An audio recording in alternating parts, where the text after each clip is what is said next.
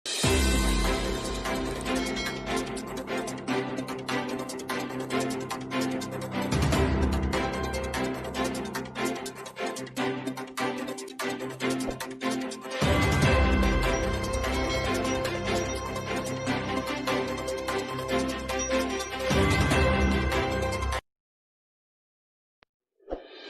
Pilipinas.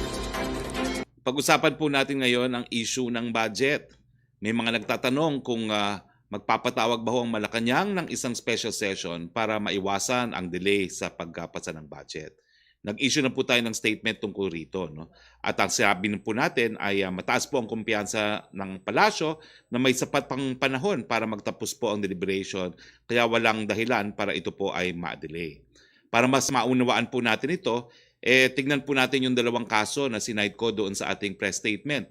Ang una po ay ang Tolentino versus Secretary of Finance at ang pangalawa po ay ang Alvarez versus Gingona. No, ang parehong kaso po ay nadesisyonan ng ating kataas-taasang hukuman. No? Yung unang kaso po ay tungkol po dito sa pagpapas ng VAT. No?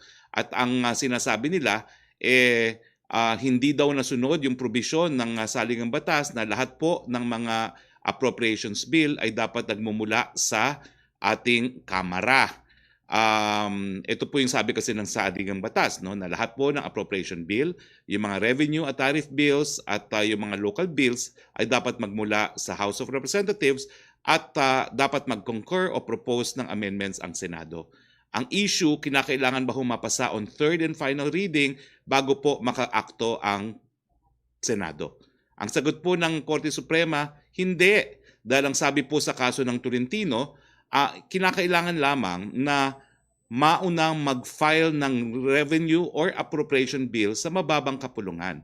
Ibig sabihin, hindi yung batas ang dapat maipasa ng Kamara, kung hindi yung bilang, yung panukalang batas lang po, ay dapat maunang ma-file sa saligang batas. Ibig sabihin, maski hindi pa po nag-third reading ang Kamara, pwede naman pong ma-discuss na ng Senado yung proposed appropriations bill. At dito naman po sa kaso ng Alvarez, bagamat ito po ay isang local bill pero pareho po ang rule na dapat magsimula o mag-originate sa Kamara, ang sabi naman po ng Korte Suprema yung pagpa-file sa Senado ng isang substitute bill habang inaantay pa yung bill na galing sa Kamara ay wala pong linalabag na probisyon ng ating saligang batas. At itong bill nga pong ito ay nakahain naman po sa Senado, naging dahilan kung bakit ang mga iba't ibang mga komite ng Senado ay nagsimula na ng kanilang deliberasyon. So ulitin ko po, tingin ko po, bagamat naipasa sa second reading at nag-recess o nag-adjourn ang ating mababang kapulungan, hindi po maaantala ang pagdidinig sa mga komite ng Senado ng ating National Appropriations Bill dahil nadesisyonan na po yan ng kataas-taasang hukuman sa kaso ng Tolentino at ng Alvarez. Now, sa ibang bagay naman po,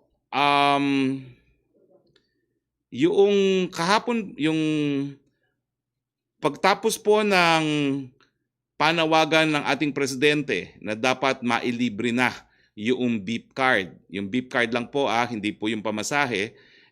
Nagkaroon po ng katagunan na ang ating Department of Transportation at Land Transportation. No? At ang sabi po ng DOTR, dapat libre na po ang beep card. Okay? Yan po ay nakalagay po sa isang issuance ng DOTR na nagbabawal sa lahat ng mga public utility vehicle na maningil ng beep card. Ito po ay sa Memorandum Circular Number 2020-056, no? O removal of fees. Again, ang liit. Memorandum Circular 2020-057, removal of fees of AFCS cards charged to commuters apart from fare loading. Ito po ay epektibo na bukas, October 9, 2020, kinakailangang walang gastusin ang pasahero maliban lamang sa kanyang pamasahe sa tuwing sasakay sa pampublikong sasakyan. Ang pulisiyang ito ay alinsunod sa direktiba ng Pangulo at ni DOTR Secretary Arthur Tugade na wag i-charge ang mga commuters ng halaga ng paggamit ng AFCS. Maraming salamat po kay Presidente at kay Secretary Tugade.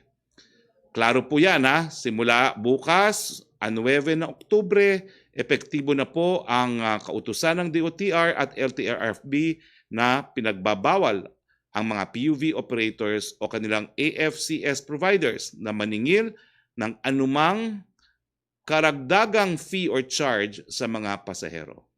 Pamasahe lamang po ang kinakailangang bayaran ng pasahero kung siya ay sasakay sa pampublikong utility vehicle.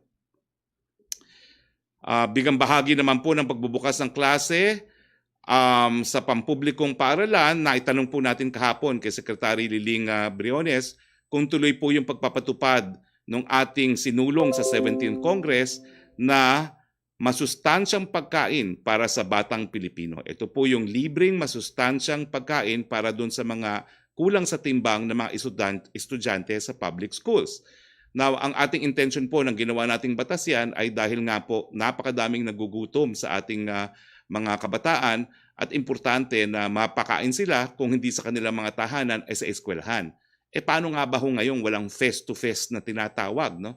Ang sagot po ni Secretary Liling Briones, hinahatid po ng barangay sa mga malnourished na mga mag-aaral ang libre at masustansyang tanghalian sa kanilang mga bahay. At ito po ilang mga larawan na nagpapakita kung paano po na-implementa ang ating batas sa iba't ibang lugar ng Pilipinas. Sa Region 1 po sa Urdaneta City, sila po ay nagdi-distribute ng mga milk packs. No? Ito po, napapakita na yung mga barangay at mga teachers ay tulong-tulong na naghahanda ng milk packs na dinideliver sa mga kabataan. Ito po yung kanilang actual distribution sa Dapitan City naman po, no? From Dagupan to Dapitan. At nagdi-distribute din po ang DepEd at saka ang DSWD dito po naman sa mga iba't ibang mga beneficiaries, no? Ganyan po ang nangyayari ngayon, no? Dahil wala pong mga face-to-face, hindi nakakakain sa eskwelahan ng mga kabataan, dinadala na lang po sa kanilang mga bahay. So, kinagagala ko pong ibalita sa inyo na bagamat walang face-to-face, tuloy po yung pagpapatupad ng ating batas na ipakain o magpakain ng masustansyang tanghalian sa ating mga kabataan. So ngayon po, magkakaroon na tayo ng meal supplementation para sa mga sanggol, 6 na buwan hanggang 23 years old, kasama na yung mga ina, at patuloy po yung pakain natin sa mga grade school students na masustansyang tanghalian. Maraming salamat po sa DepEd at maraming salamat sa Pangulo dahil sinuportahan po ni Pangulo yung batas na ito. Balitang COVID-19 naman po tayo. Meron na po tayong 36,063,675 cases sa buong mundo at meron na po tayong 1,054,153 deaths. Nangunguna pa rin po ang Estados Unidos, 7,546,488. Ang deaths po ay 211,725. India po ay pangalawa, 6,757,131. Ang deaths po ay 104,555. Ang Brazil po ay pumapangatlo, 5,694,000. Ang deaths po nila ay 148,228. Sa Russia po, 1,242,258.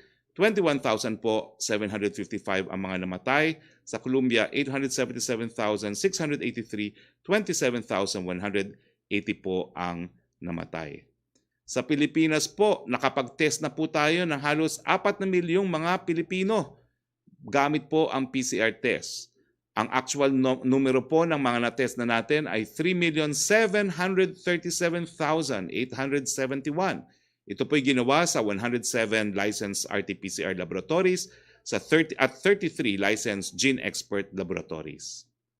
Ang aktibong kaso po ng COVID sa ating bayan ngayon ay 49,989.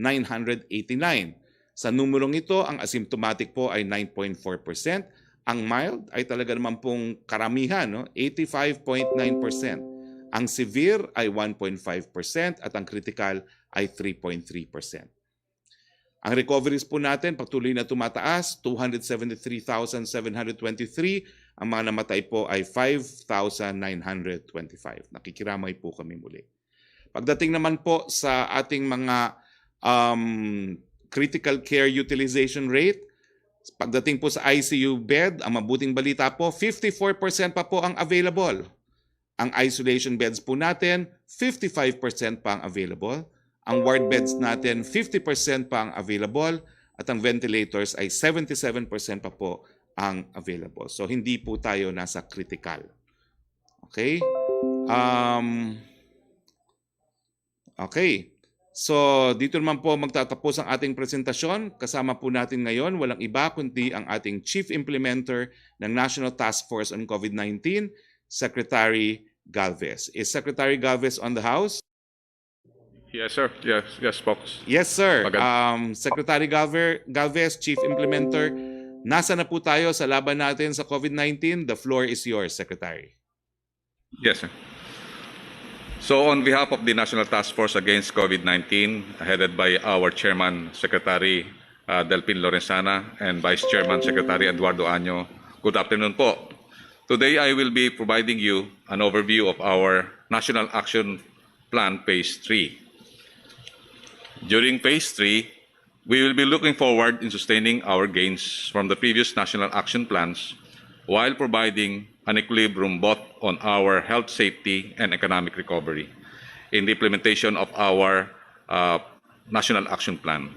During this phase, we assure the public that there will be no more trade-offs. Phase 3 will be our transition plan to the new normal from the last quarter of this year, rolling down the road towards the first quarter of 2021. It is anchored on effective risk management in managing our health risks while we are opening our restriction in economy and learn to live with the virus until the vaccine is available. As what NEDA has pointed out, for every week that the community quarantine is imposed in the National Capital Region, around 0.10 to 0.28% is being shaved off to the national potential annual GDP growth of 6.5%.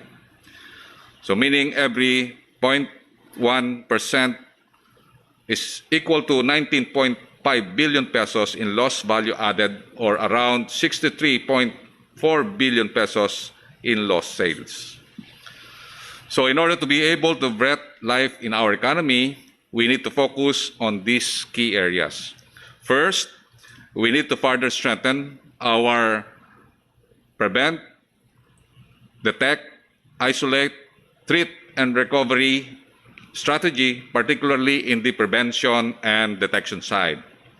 Second, we need to strengthen our active case finding in our communities to proactively detect the possible cases even without testing. Ito, ginagawa na po natin ito na ang ating DOH po ay bumababa na po sa mga barangay through our code teams. Sinimulan po natin to sa mga barangay dito sa Metro Manila. Third, we have sufficient quarantine facilities where positive cases can stay until they fully recover. We must strictly implement the no home quarantine policy, which greatly reduced the active cases in Cebu, Navotas, and other parts of NCR and other regions. Sa ngayon po ay inactivate po natin ang expanded Oplan Gawad Kalinga dito po sa area ng Batangas at Cavite area. And then lastly, we have to continue our collaboration with the private sector, considering that the private sector has been an invaluable partner of the government in building much-needed COVID-19 infrastructure and a way forward towards full recovery. So kanina po, nakasama po natin sa programa, ingat lahat para po tayo maka-recover. So nagkaroon po tayo ng programa po kanina with the private sector. So NAP3 will help us transition to the new normal, as I have said earlier. The plan's third phase will provide us the necessary strategic systems and mechanisms that would enable to jumpstart our economy, but at the same time continue to lower active cases until a vaccine is available. I would like to remind everyone again that we cannot afford to be complacent. We have seen that if we lower our guard, cases will go up. A second wave is just around the corner. Let us continue to observe the minimum health standard. Ang sabi po na sa atin ni Spox Secretary Roque, ingat buhay para sa hanap buhay para ingat-angat tayong lahat. Maraming salamat po.